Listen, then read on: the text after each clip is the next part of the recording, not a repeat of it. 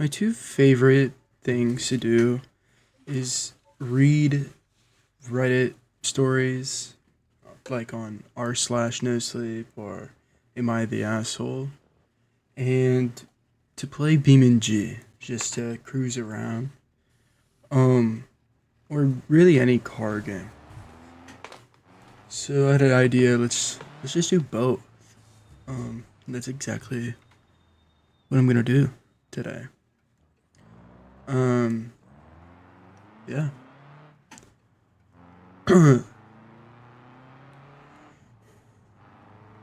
First story we're gonna be reading is on r slash no sleep. My grandfather's first story we're gonna be reading is on r slash no sleep, and it's titled "My grandfather eats far too much. Now I understand why my father forbid me from seeing him." I always heard that asking about my grandpa was forbidden. The moment I uttered the word grandfather, Dad would snap. His eyes darkened, his jaw clenched, and every time I heard the same thing. He's no longer a part of this family, period. I only saw Grandpa twice as a child. I was too young to remember much, just fragments, the smell of charred meat, smoke curling from his pipe bowl, and a silence that plugged to the air like wet wool. The only thing I recall clearly is how enormous he seemed whenever he visited. Or maybe I was just too small. Mom would pull me away, quick and firm. When I turned 18 and moved to the city for college, I found myself digging through Dad's old things during a rare, quiet moment. Among bills and expired driver's license, I discovered a yellowed envelope. Inside was crumpled letter sent from a town called Lowdell, a speck on the map, 2 hours north. The return address read George and Marlena Adder. At first, the names meant nothing, but George brought back the smell of smoke. Looking back now, I don't know why I went there, but I've always been curious, and something pulled me towards that place. Forbidden fruit is sweet, right? So during break, I decided to meet my grandfather and rehearse questions. Why he and Dad were strained, what happened, but none of it would matter. Lodale was smaller than any town I'd see. One gas station, one diner, one grocery store, and houses scattered along winding roads like fallen teeth. The last sketch from the bus stop. Sorry. The last stretch from the bus stop. I walked. At the end of the gravel path, at the end of the gravel path, framed by bare tree and silence, stood a red wooden house. He opened the door before I could knock. "Good Lord Almighty," he boomed, grinning wide with crooked teeth. "Look who it is, my favorite grandson. God, it's good to see you." Grandpa was massive. His frame barely fit the doorway. He wore a brown flannel shirt stretched over his gut, the collar stained, a thick pipe seemingly fused to his lips. His hug knocked the air out of me. Behind him stood Grandma. Her hair was neatly pinned, her sweater hanging loose, as if years of worry had whittled her down to bone. Her eyes met mine and didn't match her smile, they said. "What have you done?" Grandpa ushered me inside, clapping my back so hard I stumbled. The house smelled of smoke, meat, and something coppery brown. Furniture was old but sturdy, the kind that outlives generations. He gave me a tour, laughing and gesturing widely, and I sat with him in the living room, dark from heavy curtains. Grandma brought me tea with trembling hands. The first few days were tolerable. Grandpa joked, smoked nonstop, and taught me wood carving. He told stories to my neighborhood kids who trickled in after school. Two or three at a time. He was what people called the life of the party. And he really was. I don't know how to explain it. Grandpa had magnetism, people just gravitated towards him. He was kind, genuine, funny. His life stories are fascinating, and he clearly loved the attention. His pipe never leaving his mouth. Everything seemed normal, except for one thing: his appetite. He ate constantly. Bacon by the pound, bread by the loaf, pies in single sittings. Once I watched him devour an entire rotisserie chicken and a pan of cornbread before dinner. He chewed loudly, wheezing, sweating, never stopping. Plates piled around him like building blocks, yet he always wanted more, licking plates, sucking grease from the fingers, gulping tea by the liter, nearly choking on it. Grandma brought out plates piled with pork chops, sausages, whole chickens, gravy boats the size of bowls, and he inhaled it all, groaning with pleasure. His face glimmered with grease. He didn't chew so much as engulf, as if tasting was optional. You always eat like that? I asked, half joking. He grunted around his pipe and patted his belly. Big man needs his big meals. I figured he was just needed a lot of food, but not this much. All day he only ate and smoked, barely able to move from his chair, just sitting in the kitchen waiting for the next massive meal. Hell, I don't even think he eaten as much in my life as he did in one sit. Hell, I don't think I've eaten as much in my life as he did in one dinner. Still, evenings with him were fun until the hunger returned. One night, Grandma caught me alone in the hallway, while Grandpa snored like a bear in the next room. You need to leave, she whispered, her face pale, lips cracked. While he's sleeping. Tomorrow first thing. But why? She flinched at the sound of heavy footsteps. Grandpa emerged from the shadows, pipe smothering, eyes unreadable. Everything alright? Just telling him about my childhood, Grandma answered too quickly. Grandpa stared at us in silence. For the first time, I felt afraid. The only light was his burning pipe, the only sound his labored breath. He filled the hallway, his bulk swallowing the space. This house has many stories, he finally rumbled out before returning to bed.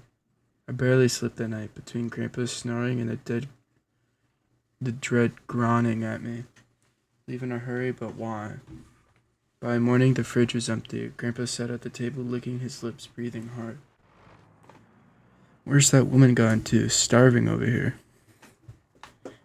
Grandma returned with 3 Bulgarian grocery bags and frantically unpacked them, cooking while Grandpa faggled, growling inherently.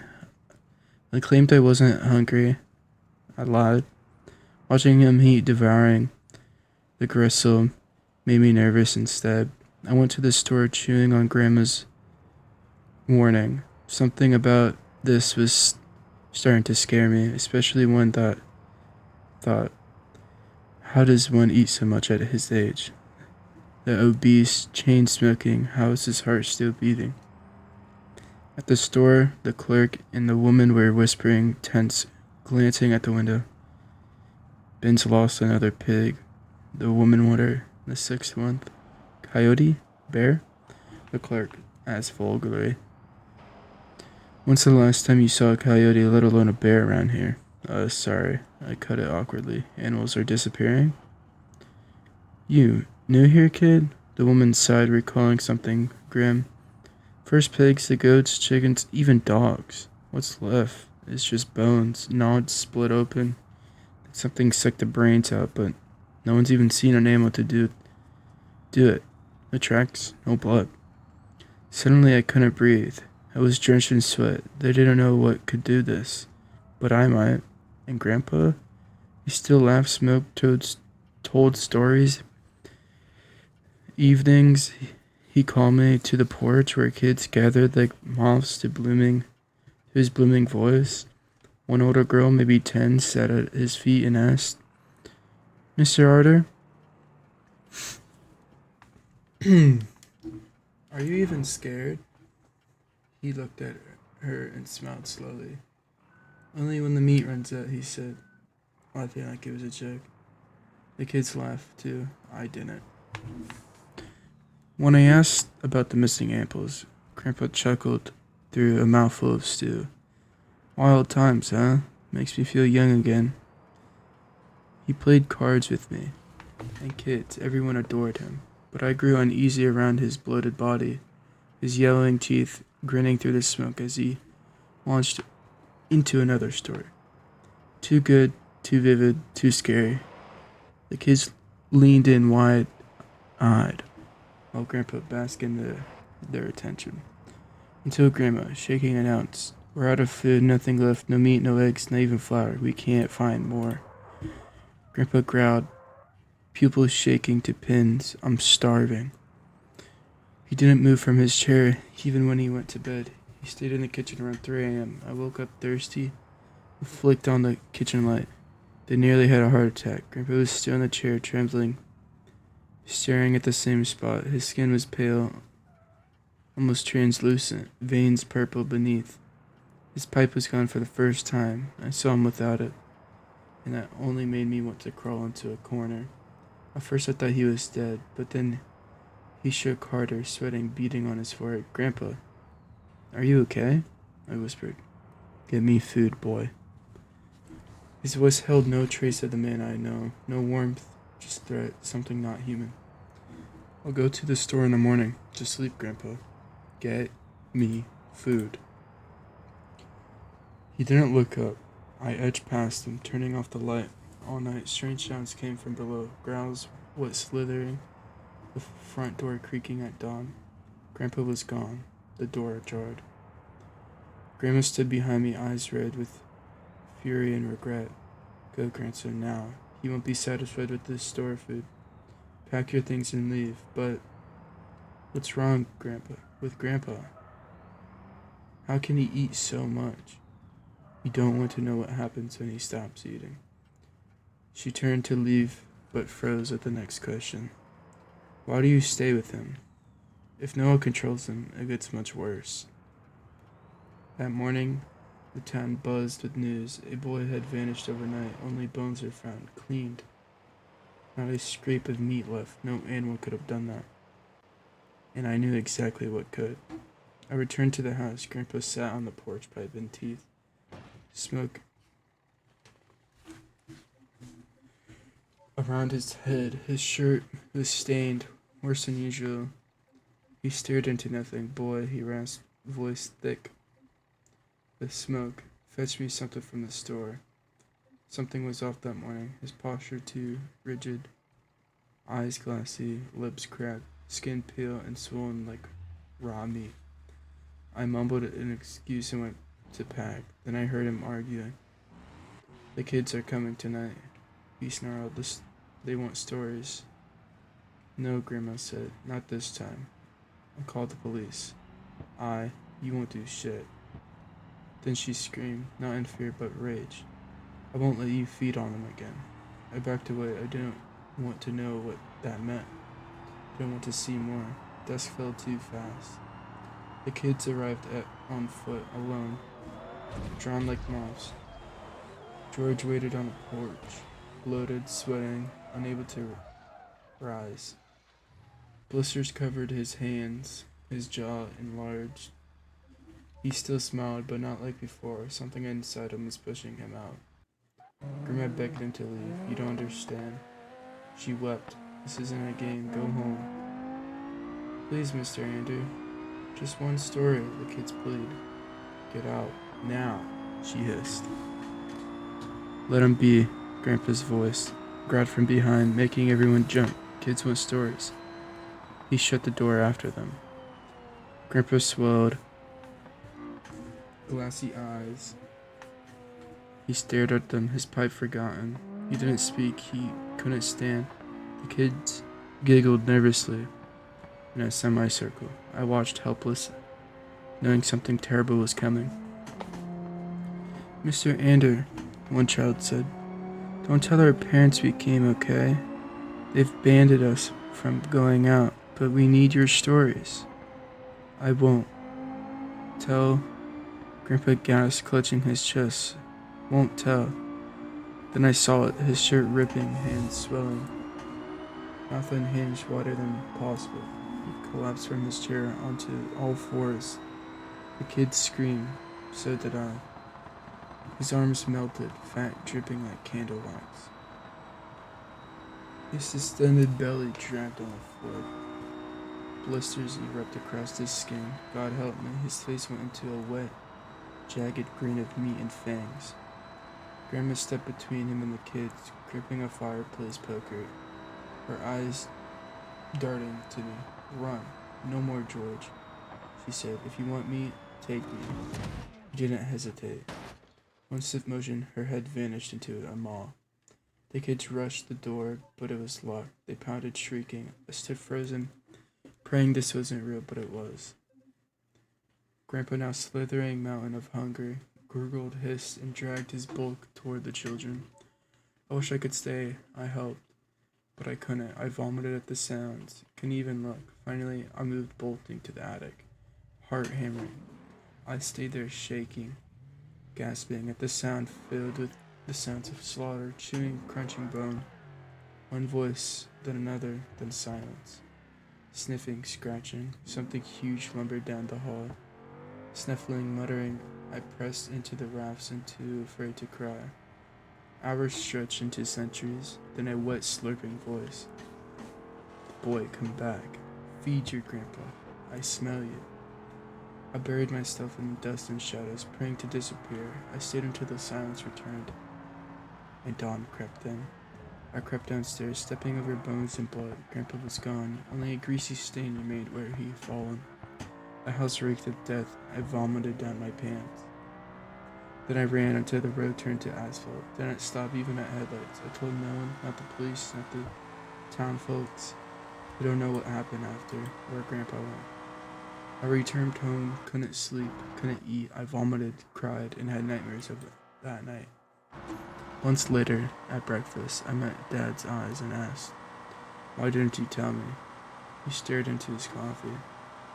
I hope you never go there, he said softly. We're supposed to know that address. Guess blood calls to blood. What does that mean? He looked up, eyes bitter. You're not my son. Silence fell like snow. I mean, you are my son. I raised you. I love you. But you're not mine. George brought you as a baby. Said he found you in the river. I didn't ask. I didn't want to know. But your real parents, what happened to them? He swallowed. George got hungry. That's all you need to know. And you? How did you live with him? We moved downtown, keeping him fed, but it was never enough. When I was 16, we settled in Lodell. A month later, he brought you. I escaped with you. He stayed for 18 years. Now I live with that truth. Try to forget, but some nights, I wake tasting ash and smoke. I hear news reports, missing animals, missing people. I lock the windows. The guilt eats me alive. As kids, I knew I could have stopped it, could have spoken up, but I was scared. And that, like the nightmares, will haunt me forever. It was interesting. That was, it's really weird. Cannibal. Wow.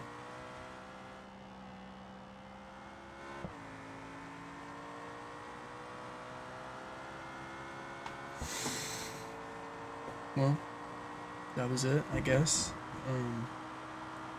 Hope you enjoyed that video. And yeah, see you in the next one.